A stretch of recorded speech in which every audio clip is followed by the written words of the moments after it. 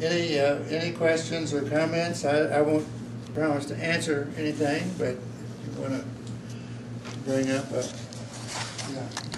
How do you see the role of mid-levels in the future parsing out with our roles as they're continuing to want more and more independence? Yes, I think, you know, I've worked with mid-levels. I do work with mid-levels because I still do a little locums. And I like them individually.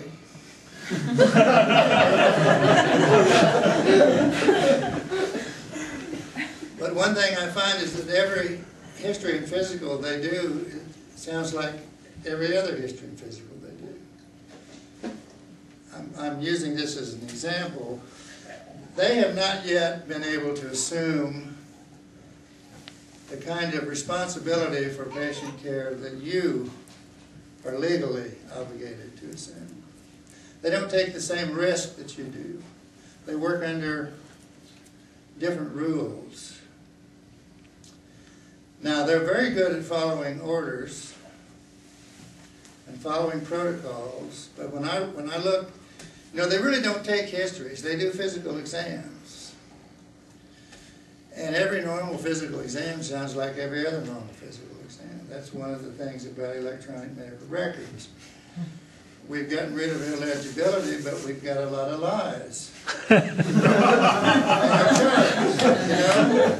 Because you push this button and you get a template of statements, a library of statements that is a normal physical exam, and there's not a word of truth in it.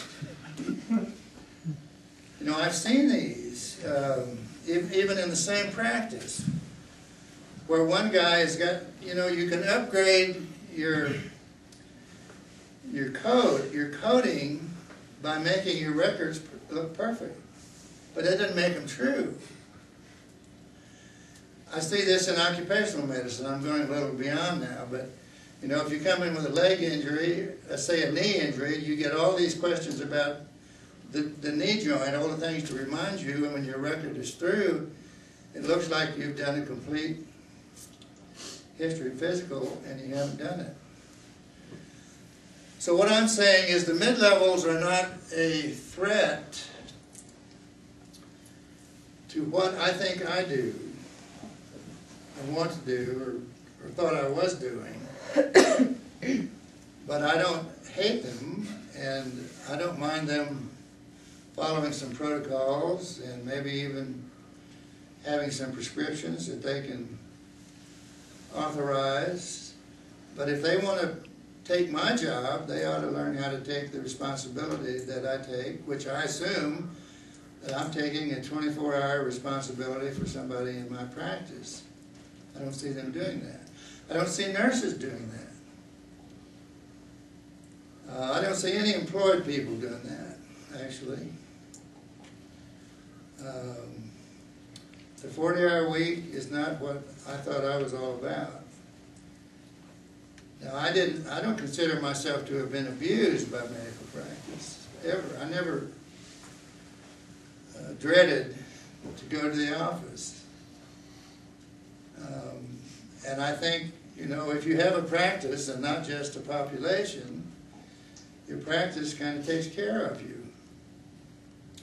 I always made house calls, but I didn't make a house call every day. They didn't ask me that. If they knew I would make a house call when they had a special problem and I said I would go, and I kept that promise, but maybe I made 5 house calls a month.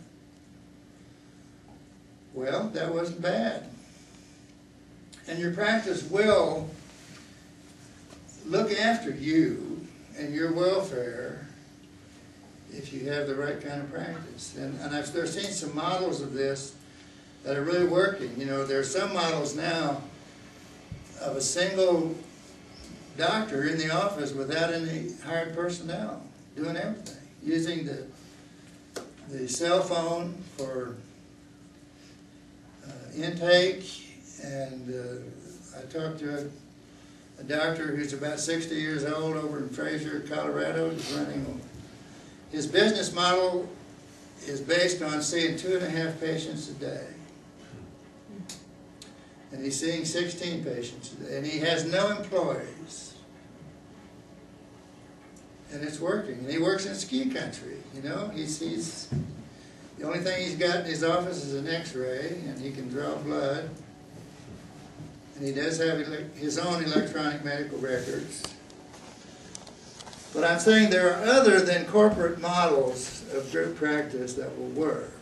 And that, in my view, is what I think we should be seeking. And not to fear that we will be overwhelmed.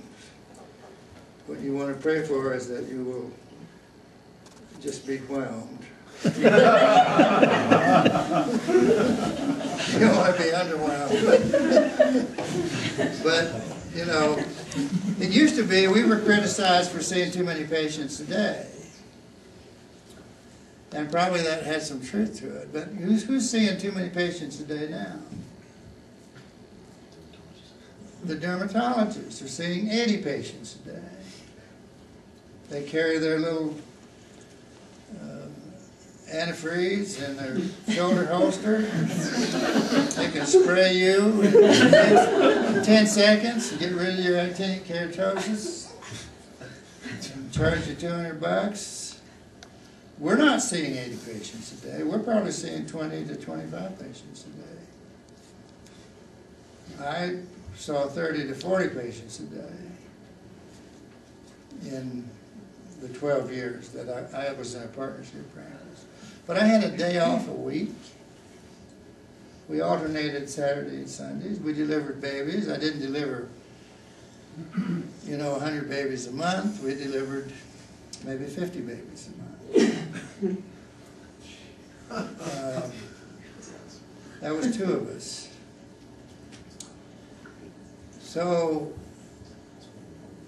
we saw our own patients in the ER. Nowadays, you're not even